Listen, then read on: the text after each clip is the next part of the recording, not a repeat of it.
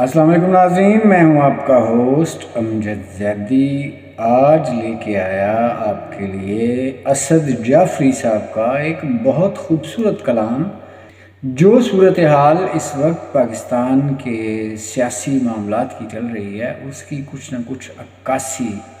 کی ہے اسد جعفری صاحب نے، اور اس کا ٹائٹل ہے شکوہ۔ مطلب یہ کہ علامہ اقبال صاحب کے شکوہ کی پیروڈی کی ہے اسد جعفری صاحب نے۔ وہ چند اشعار پیش کرتا ہوں۔ کہتے ہیں، کیوں غلط کار بنوں، ظلم فراموش رہوں، ہوش مندی کا تقاضا ہے کہ باہوش رہوں، ہوش مندی کا تقاضا ہے کہ باہوش رہوں، تانے یاروں کے سنوں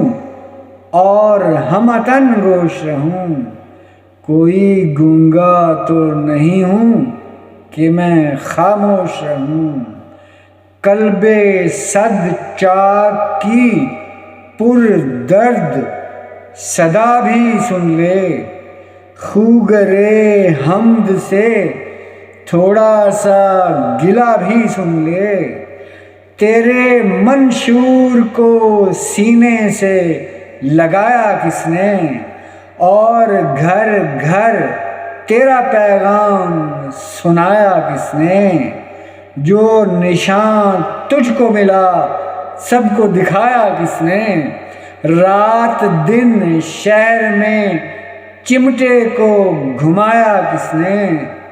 پھر بھی ہم سے یہ گلہ ہے کہ وفادار نہیں، ہم وفادار نہیں، تو بھی تو دلدار نہیں۔